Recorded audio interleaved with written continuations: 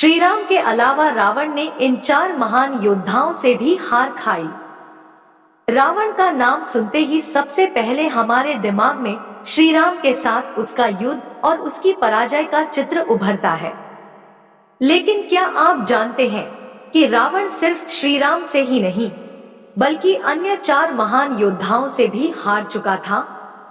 इन योद्धाओं ने उसे युद्ध में परास्त किया था और रावण को यह महसूस हुआ था कि उसकी शक्ति केवल अपनी घमंड और अहंकार पर निर्भर नहीं रह सकती।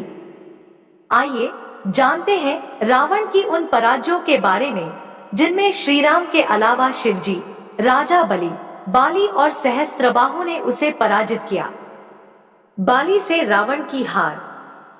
बाली की शक्ति और पराक्रम। बाली, जिन्होंने अपनी अद्वितीय शक्ति और वीरता से पूरे जगत में ख्याति प्राप्त की थी, रावण के लिए भी एक बड़ी चुनौती साबित हुए थे। एक दिन रावण बाली को ललकारने पाताल लोक पहुंचा। उस समय बाली पूजा में लीन था और रावण ने उसे कई बार ललकारा, जिससे बाली की पूजा में व्यवधान आ रहा था। यह देखकर बाली ने रावण को चेतावनी दी, लेकिन रावण नहीं माना और युद्ध की चुनौती दी। रावण का पराजित होना। बाली ने रावण को अपनी बाईं बाजू में दबा लिया और फिर अपनी शक्ति का प्रदर्शन करते हुए चारों समुद्रों की परिक्रमा करने लगा। वह इतनी तेजी से चलता था कि सूर्य उगने से पहले वह चारों समुद्रों की परिक्रमा करके सूर्य को अर्घ्य अर्पित कर देता था। इस दौरान रावण बाली की पकड़ से बाहर निकलने की कई बार कोशिश करता रहा, लेकिन बाली के बल और गति के सामने वह पूरी तरह असहाय था।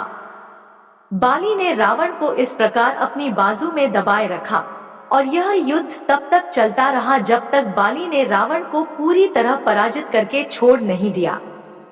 रावण को यह हार आत्मसात करनी पड़ी और उसने समझ लिया कि उसकी शक्ति किसी से भी कम नहीं है, लेकिन अहंकार में आकर बिना कारण युद्ध करना उसकी सबसे बड़ी भूल थी। सहस्त्रबाहु अर्जुन से रावण की हार। सहस्त्रबाहु का अद्वितीय सामर्थ्य। सहस्त्रबाहु अर्जुन के 1000 हाथ थे और यह उनके सामर्थ्य का एक प्रमुख प्रतीक था।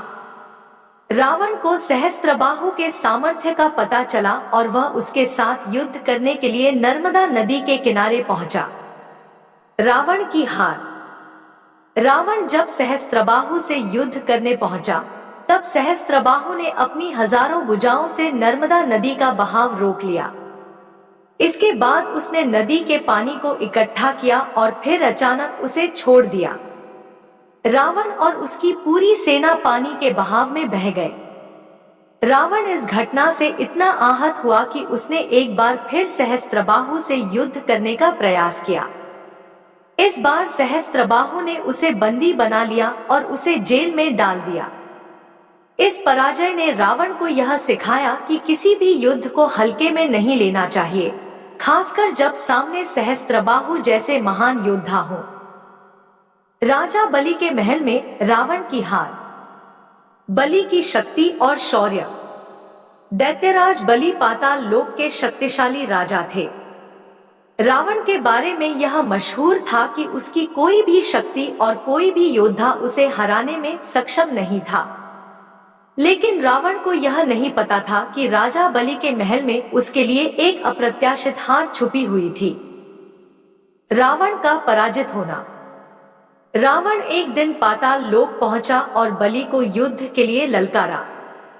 इस पर बलि के महल में खेल रहे बच्चों ने रावण को पकड़ लिया और उसे घोड़ों के साथ अस्तबल में बांध दिया। रावण की यह स्थिति देखकर उसे यह एहसास हुआ कि उसकी शक्ति और प्रभाव केवल युद्ध के मैदान तक ही सीमित नहीं है, बल्कि कई बार उसका अहंकार ही उसकी सबसे बड़ी कमजोरी बन जाता है। शिवजी से रावण की हार। रावण का अहंकार और शिवजी से युद्ध। रावण, जो अपनी शक्ति और घमंड में पूरी तरह से डूब चुका था, एक दिन कैलाश पर्वत पर पहुंचा और शिवजी को ललकारा। रावण की घमंड से भरी चुनौती को शिवजी ने नकारा, क्योंकि वह ध्यान में लीन थे। रावण ने गुस्से में आकर कैलाश पर्वत को उठाने का प्रयास किया। शिवजी की शक्ति का परिचय।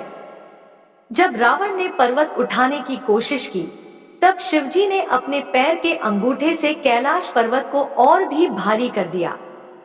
इस पर रावण की सारी ताकत नष्ट हो गई और उसका हाथ पर्वत के नीचे दब गया। रावण ने बहुत प्रयास किया, लेकिन वह अपना हाथ नहीं निकाल सका।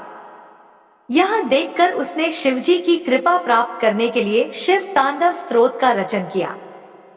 शिवजी इस स्तोत्र से इतने प्रसन्न हुए कि उन्होंने रावण को मुक्त कर दिया। इस पराजय के बाद रावण ने शिवजी को अपना गुरु मान लिया और उनका पूजन करने का संकल्प लिया। निष्कर्ष, रावण के जीवन में ये हारें उसकी शक्ति और अहंकार को परिभाषित करती हैं। श्री राम से उसकी पराजय तो सर्वविदित है, लेकिन शिवजी, राजा बलि, बाली और सहस्त्रबाहु जैसे महान योद्धाओं से मिली हारें भी रावण के जीवन के महत्वपूर्ण क्षण हैं। इन हारों ने उसे यह सिखाया कि शक्ति और सामर्थ्य सिर्फ बाहरी बल से नहीं आती, बल्कि विनम्रता, धैर्य और समझदारी भी उन ताकतों का एक अभिन्न हिस्सा है जो किसी भी व्यक्ति को महान बनाती हैं। रावण की यह हारें हमें यह भी सिखाती हैं कि जब किसी के भीतर अहंकार और घमंड की भावना हावी हो जाती है, तो उसे किसी न किसी रूप में हराया जा सकता है। रावण के 5 गुण जो हमें अपनाने चाहिए। महाज्ञानी बनने का मार्ग। दशहरा का पर्व हर साल बुराई पर अच्छाई की विजय का प्रतीक बनकर आता है। इस दिन रावण का पुतला जलाया जाता है और उसे एक बड़ा खलनायक माना जाता है। लेकिन क्या आप जानते हैं कि रावण का जीवन केवल बुराई और दुष्टता से भरा हुआ नहीं था? उसकी कुछ विशेषताएं ऐसी थी जो उसे महाज्ञानी और अद्वितीय शासक बनाती थी। इन गुणों को अपनाकर हम भी अपने जीवन को सशक्त और सफल बना सकते हैं। चलिए जानते हैं रावण के कुछ गुण जो हमारे जीवन को दिशा दे सकते हैं। 1. शुभस्य कर्म शीघ्रम। रावण ने मरते समय भगवान राम के सामने एक महत्वपूर्ण उपदेश दिया था, जिसे लक्ष्मण से साझा किया था। उसका कहना था, जो काम शुभ हो और जो जरूरी हो, उसे जितनी जल्दी हो सके करना चाहिए। यह शब्द जीवन में अत्यधिक महत्वपूर्ण है। रावण का यह मंत्र हमें यह सिखाता है कि अच्छे काम को टालना नहीं चाहिए। जीवन अनिश्चित है और हमें हर शुभ कार्य को उसी समय करना चाहिए जब उसका समय आता है। अगर हम कामों को टालते रहते हैं, तो हम न केवल अवसर गंवाते हैं, बल्कि भविष्य में पछताते भी हैं। रावण का यह गुण हमें यह सिखाता है कि जीवन के हर पल का सदुपयोग करें और समय पर सही निर्णय लें। 2. किसी को तुच्छ ना समझें। रावण का एक और महत्वपूर्ण गुण था, किसी भी व्यक्ति या कार्य को तुच्छ नहीं समझना चाहिए। यह उपदेश उसने अपनी मृत्यु के समय लक्ष्मण से दिया था। रावण, जो खुद महान था, जानता था कि किसी व्यक्ति की ताकत या सामर्थ्य को उसकी स्थिति या रूप से नहीं आंका जा सकता। इसने हमें यह सिखाया कि किसी को भी छोटा नहीं समझना चाहिए, चाहे वह व्यक्ति हमारी नजरों में कितना भी साधारण क्यों न हो। यदि हम दूसरों को तुच्छ समझते हैं, तो कभी कभी वही लोग हमारे लिए बड़ी मुश्किलें पैदा कर सकते हैं। जीवन में हर व्यक्ति का महत्व होता है और हमें उनके विचारों और कार्यों को सम्मान देना चाहिए। 3. निडर होना। रावण के जीवन का एक बहुत बड़ा गुण था उसका निडर और भयमुक्त जीवन जीने का तरीका। वह हमेशा बिना किसी डर के अपने लक्ष्य की ओर बढ़ता रहा। चाहे वह भगवान शिव से शिव तांडव स्तोत्र का वरदान प्राप्त करना हो या फिर समुद्र से लंका तक रास्ता बनाने का साहस, उसका जीवन बिना डर और संकोच के था। यह गुण छात्रों और पेशेवरों के लिए अत्यंत प्रेरणादायक है। किसी भी कार्य में सफलता पाने के लिए अगर हम असफलता का डर छोड़कर मेहनत करें और जोखिम उठाने का साहस रखें, तो हम सफलता के रास्ते पर जरूर पहुंच सकते हैं। रावण का यह गुण हमें सिखाता है कि डर के बजाय आत्मविश्वास और साहस से काम करना चाहिए। 4. ग्रहों की चाल नियंत्रित करना। रावण के बारे में कहा जाता है कि वह ग्रहों की गति को अपनी इच्छानुसार नियंत्रित कर सकता था। उसने न केवल तंत्र मंत्र के माध्यम से बल्कि अपने दृढ़ संकल्प और ज्ञान के बल पर यह सिद्ध किया कि हम अपनी किस्मत खुद बना सकते हैं। रावण ने दिखाया कि अपनी मेहनत, पुरुषार्थ और इच्छा शक्ति से हम अपने जीवन को दिशा दे सकते हैं, चाहे परिस्थितियां कैसी भी हों। यही कारण था कि वह हर चुनौती का सामना धैर्य और सामर्थ्य से करता था। रावण का यह गुण हमें यह सिखाता है कि भाग्य हमेशा हमारे हाथों में नहीं होता, परंतु हमारे कर्म और मेहनत से हम अपनी दिशा बदल सकते हैं। 5. तपस्वी और खोजी स्वभाव। रावण का जीवन तपस्या और ज्ञान अर्जन से भरा हुआ था। उसने न केवल अपनी शक्ति बढ़ाने के लिए कठोर तप किया, बल्कि ज्ञान की खोज में भी लगा रहा। रावण ने अपने समय के सभी प्रमुख ग्रंथों का अध्ययन किया था और यही कारण था कि वह महान ज्ञानी के रूप में प्रसिद्ध था। उसकी खोजी प्रवृत्ति और निरंतर सीखने की इच्छा ने उसे ज्ञान के समुद्र में डुबो दिया था। यह गुण हमें यह सिखाता है कि जीवन में निरंतर सीखते रहना चाहिए।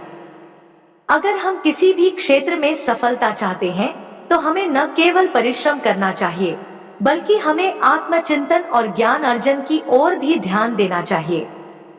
निष्कर्ष, रावण का जीवन केवल उसके अपराधों और खलनायकी के कारण ही नहीं, बल्कि उसकी अच्छाइयों के कारण भी याद किया जाता है। अगर हम रावण के इन 5 गुणों को अपने जीवन में उतारें, जैसे शुभ कार्यों को समय पर करना, किसी को तुच्छ न समझना, निडर होना, अपने कर्मों से भाग्य को नियंत्रित करना और निरंतर ज्ञान अर्जन करना, तो हम भी अपने जीवन को सफल बना सकते हैं।